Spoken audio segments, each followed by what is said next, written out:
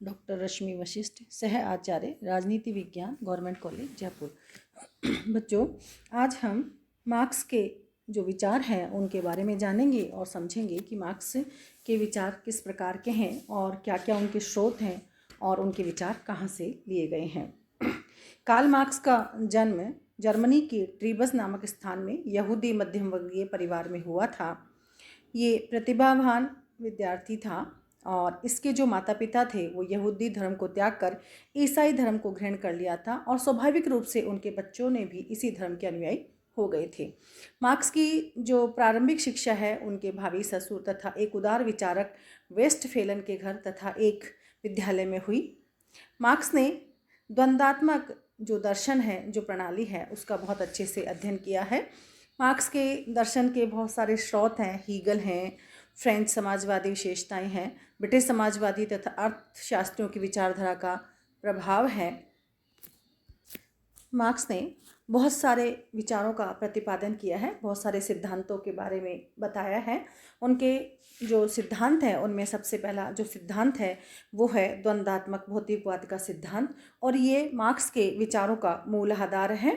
उसके अनुसार विश्व की सभी समस्याओं के समाधान में ये हमारा पथ प्रदर्शन करता है। इसमें प्रथम शब्द को तो उस प्रक्रिया को स्पष्ट करता है जिसके अनुसार सृष्टि का विकास हो रहा है और दूसरा तत्व सृष्टि के मूल तत्व को सूचित करता है। द्वंद्वात्मक जो प्रक्रिया है मार्क्स ने हीगल से ग्रहण की है। हीगल यह मानकर चलता है कि समाज की प्रगति प्रत्यक्ष रूप से न होकर एक टेढ़े मेढ़े तरीके से हुई है। उसके 3 अंग मार्क्स ने हमें बताए हैं: वाद, प्रतिवाद और संवाद।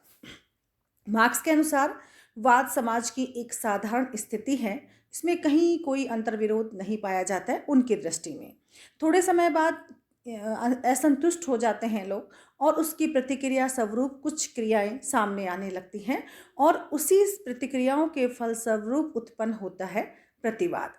यह निषेधात्मक स्थिति वाद की अपेक्षा अधिक प्रगतिशील मानी जाती है। मार्क्स की दृष्टि में जब प्रतिवाद में भी अंतर्विरोध होने लग जाता है, लोग असंतुष्ट हो जाते हैं प्रतिवादिक प्रक्रिया, तो उसमें एक नई क्रिया संयोग से जन्म, प्रतिवादों के जो संयोग हैं उनसे जन्म लेती है और उसे मार्क्स ने नाम दिया है संवाद। तो इस प्रकार से मार्क्स का ये जो दृष्टिकोण है 3 तत्वों पर आधारित है: वाद, प्रतिवाद और संवाद।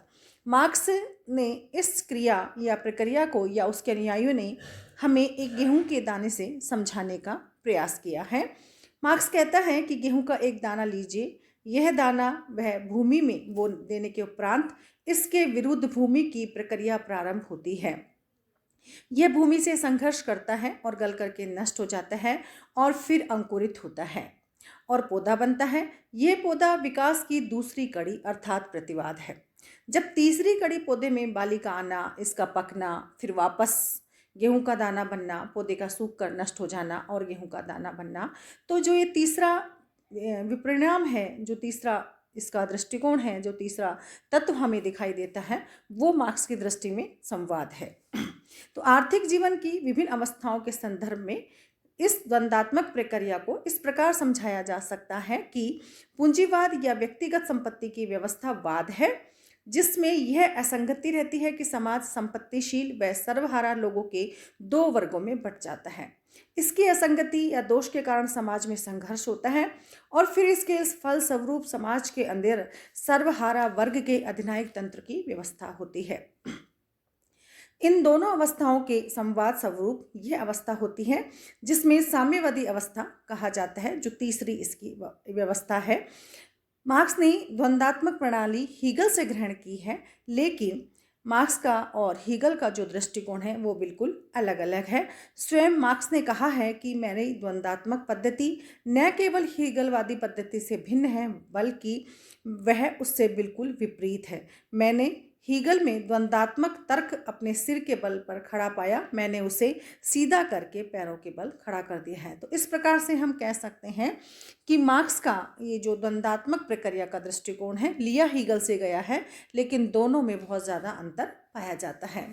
हीगल के विचारों को प्रधान मानते हुए पदार्थ को विचारों का प्रतिबिंब मानता है, किंतु मार्क्स पदार्थ को प्रधान मानता है और उसका विचार है कि पदार्थ ही विचारों के स्रोत है। मार्क्स के ही शब्दों में मानवीय चेतना उसके सामाजिक अस्तित्व का निर्धारण नहीं करती, इसके विपरीत उसका सामाजिक अस्तित्व उसकी चेतना का निर्धारण करता है। तो इस प्रकार मार्क्स और हीगल का दृष्टिकोण अलग अलग है। जो मार्क्स का दृष्टिकोण है द्वंद्वात्मक भौतिकवाद, उसकी अपनी कुछ विशेषताएं हैं, उसके अपने कुछ सिद्धांत हैं। द्वंद्ववाद के अनुसार विश्व स्वतंत्र और असंबद्ध वस्तुओं का ढेर या संग्रह मात्र नहीं है, वरन वह एक समग्र इकाई है जिसकी समस्त वस्तुएं परस्पर संबंध और अन्योन्याश्रित रहती हैं। इसका कहने का मतलब ये है कि कोई भी चीज़ अलग अलग नहीं है, वे सब एक दूसरे पर आश्रित रहती हैं। वस्तु को समझने के लिए हमें वस्तुओं के पारस्परिक संबंध भी समझने होंगे। हमें ये जानना होगा कि उन वस्तुओं का आपस में संबंध क्या है, वे एक दूसरे पर आश्रित कैसे और क्यों हैं। द्वंद्ववाद के अनुसार प्रकृति अस्थिर, गतिशील और निरंतर परिवर्तनशील है। उसकी प्रकृति को समझने के लिए उसकी गतिशीलता को दृष्टि में हमें रखना होगा। द्वंद्ववाद के अनुसार वस्तुओं में विकास और परिवर्तन की प्रक्रिया सरल नहीं है। समय समय पर उनमें गुणात्मक परिवर्तन होता है, जिसके परिणाम स्वरूप वे अपने पुराने गुण को छोड़कर नवीन गुण धारण कर लेती हैं। यह मार्क्स हमें यह समझाने का प्रयास करते हैं कि जैसे जैसे विकास होता है और परिवर्तन होने लग जाता है तो उसमें कुछ परिवर्तन आते हैं। तो मार्क्स का मानना है कि यह परिवर्तन हमेशा गुणात्मक होते हैं। वस्तुओं में जो गुणात्मक परिवर्तन होते हैं वे धीरे धीरे न होकर शीघ्रता के साथ तथा अचानक होते हैं। वस्तुओं में गुणात्मक परिवर्तन क्यों होते हैं, इसका उत्तर मार्क्स हीगल की विचारधारा के आधार पर ही देता है। उसके अनुसार वस्तुओं में शाश्वत अंतर्विरोध पाया जाता है। वस्तुओं में निहित इन परस्पर विरोधी तत्वों के संघर्ष के फलस्वरूप ही गुणात्मक परिवर्तन होते हैं। द्वंद्वात्मक पद्धति जो मार्क्स की है, अनेक विचारकों के द्वारा इसकी कटु आलोचना की जाती है। उनका मानना है कि ये जो सिद्धांत है ये काल्पनिक है, ये अत्यधिक अस्पष्ट है, इसमें स्पष्टता नहीं देखी जा सकती है। वेपर ने कहा है कि द्वंद्ववाद की धारणा अत्यंत गूढ़ और अस्पष्ट है। यद्यपि मार्क्स और एंजल्स के समस्त लेखन का यह आधार है, लेकिन इसे कहीं पर भी स्पष्ट नहीं किया गया है। तो इस प्रकार यह माना जाता है कि ये थोथी दार्शनिक मान्यता है, इसमें स्पष्टता कहीं भी दिखाई नहीं देती है। द्वंद्ववाद भौतिकवाद असंगतिपूर्ण धारणा है। मार्क्स कहता है कि व्यक्ति अपना इतिहास स्वयं बनाता है। इसके अतिरिक्त मजदूरों को वह जागृत भी करता है, आह्वान भी करता है और कहता है कि तुम सब लोग जागृत हो जाओ, विश्व में पाने के लिए बहुत कुछ है, एकत्रित हो जाओ, इकट्ठे हो जाओ। तो असंगति यह है कि यदि मानव स्वयं इतिहास का निर्माता है तो भविष्यकालीन विकास को निर्धारित कैसे किया जा सकता है। ऐसी किसी यंत्र या आविष्कार तो अब तक नहीं हो पाया जो भविष्य में मानव मस्तिष्क की समस्त गति को निर्धारित कर सके। अत्यधिक यह दर्शन भौतिकवादी है। मार्क्स का विचार मानवीय चेतना भौतिक तत्वों के अधीन होती है। मानव जीवन में भौतिक संतुष्टि ही मानव जीवन का सर्वोच्च लक्ष्य है। किंतु मार्क्स द्वारा किया गया मानवीय प्रकृति का यह मूल्यांकन अत्यंत संकुचित और त्रुटिपूर्ण है, क्योंकि केवल मात्र भौतिकवादी आधारशिला ही समाज की सृष्टि नहीं करती है। मनुष्य में जो कुछ चेतन है उसी का महत्व उसके क्रियाकलापों में अधिक दिखाई देता है। तो केवल मात्र भौतिकता के आधार पर इसको सही नहीं माना जा सकता। वस्तुतः जड़ पदार्थ में स्वयं में कोई गति उत्पन्न नहीं हो सकती है। यदि विवेकपूर्वक देखा जाए तो मार्क्स जिस सर्वहारा वर्ग की क्रांति का प्रतिपादन करता है उसका प्रेरक तत्व भी श्रमिक वर्ग में उत्पन्न वह मानवीय चेतना ही होती है जो उनमें पूंजीपतियों के विरुद्ध उत्पन्न होती है। यह सिद्धांत जो पद्धति है वो दोषपूर्ण है, इसे परिवर्तन का आधार नहीं माना जा सकता है।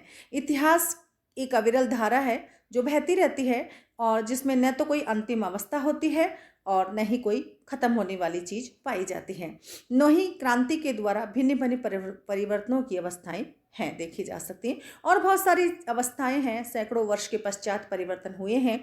इसलिए मार्क्स की वाद प्रतिवाद और संवाद की दशाएं केवल कल्पना मात्र हैं। यह सिद्धांत सही नहीं कहा जा सकता है। मानवीय इतिहास उत्थान का ही लेखा नहीं है। द्वंद्वात्मक पद्धति इस दृष्टि से भी दोषपूर्ण है कि इसके अंतर्गत यह मान लिया गया है कि इतिहास का क्रम सदैव उन्नति की ओर ही रहा है, लेकिन ऐसा नहीं है। केवल मात्र इतिहास उन्नति की तरफ ही प्रगति करेगा, ऐसा संभव नहीं है। मानवीय इतिहास मात्र उत्थान का नहीं, वरन उत्थान और पतन दोनों का इतिहास है। इसमें दोनों चीज़ें क्रम से पाई जाती हैं।